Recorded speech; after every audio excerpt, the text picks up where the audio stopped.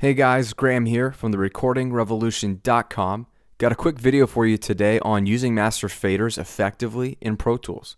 Been getting a lot of questions on using a master fader. I've done some videos. I was even doing some mix training with someone this weekend, and someone else asked specifically, it looks like I've got two master faders going and an aux track going. What's the deal with that? How are you using master faders? And I guess I never really have addressed it, and it's a very, very helpful tip that once I learned it, it really changed the way I work in Pro Tools to make sure my mixes are sounding the best they can. It's a simple thing, and I want to show it to you real quick. If you've been using Pro Tools for any length of time, then you're aware of different track types, perhaps. Audio tracks, all my blue tracks you see here are audio tracks. Some green tracks here in my edit window are aux tracks. I'm putting some delays, reverbs, things like that. And then usually I've got one red master fader at the end. You can create these tracks in Pro Tools from the track menu, new, and one of the track choices is master fader.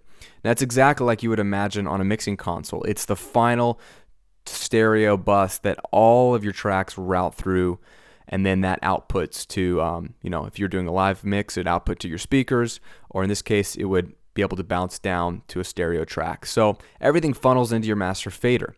And usually I'll have the outputs of all your tracks set to your main outputs on your audio interface, or analog output 1 and 2, or what have you. And you would have that match up with your master fader. Hopefully you're tracking with me so far. That's your basic use of a master fader. Everything is eventually routed to it.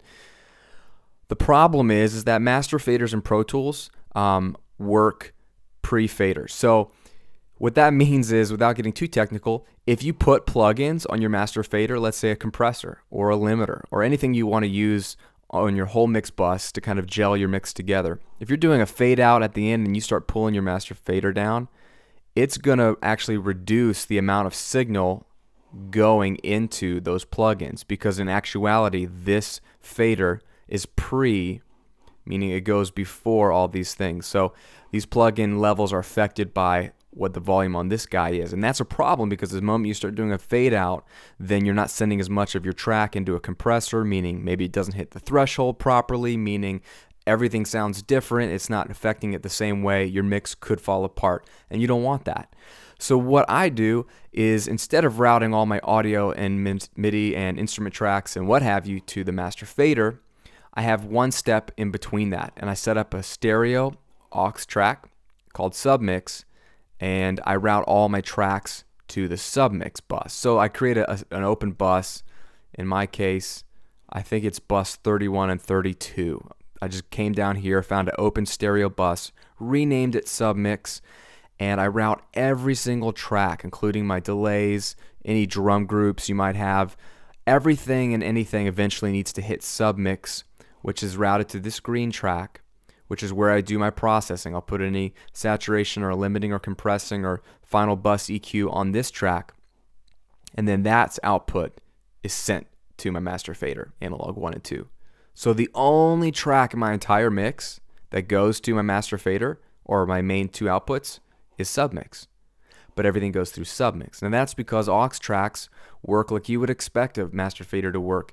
They are post. So all the audio goes through these plugins, is affected by them, and then if I drag the fader down, it's not affecting how much signal is going into those plugins, it's just affecting the overall output sent to me. Or if I just run the master fader down by itself, that way all this audio is staying the same. I'm not actually affecting the master submix, so to speak. I'm just turning everything down, doing a fade out, which is great.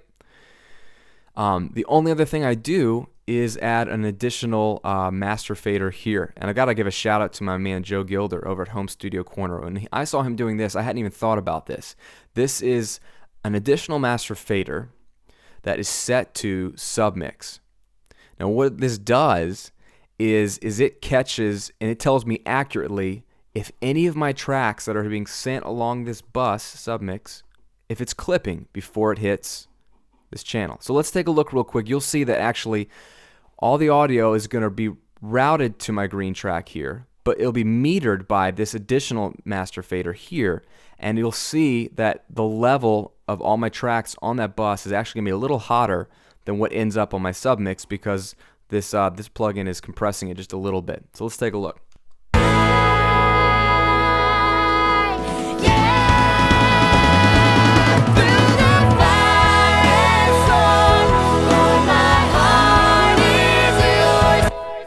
So real subtle, but you could tell that on the Submaster here, level was a little bit hotter than what ended up here in my submix. So if I'm not looking at a master fader here that's monitoring submix, I may never know what the actual level traveling along this invisible bus is. And if I'm cranking my mix or tweaking things and I'm loving the way it's sounding, I could be actually clipping on a digital bus on the way to this green submix track. And that means I may not hear it, but I'm actually doing some distortion, which in the end can ruin my mix. So that's just a little monitoring option to make sure you're not clipping on the way to submix. And then submix, you can just do all your effects plugins the way you want as if it were your master fader and ultimately route that to your master fader. So hope that makes sense. That was a lot to throw out at you. If you have any questions, leave a comment on the video here or leave a comment on the blog, and we can get some dialogue going. But hopefully this will help you. It has helped me in my sessions keep a nice conservative level, make sure I'm not doing any clipping, and make sure I have a little more control over my fade outs and I'm not ungluing my mixes as I rock the sweet fade out. Again, this is Graham here at therecordingrevolution.com. Thanks to all the new guys following me on Twitter and subscribing here on YouTube. And if you haven't gone to the blog, download the free ebook. It's there for you guys, the #1 rule of home recording. Go to therecordingrevolution.com, check it out, download it, read it, because I know it'll definitely help your recordings. Have a great week, guys.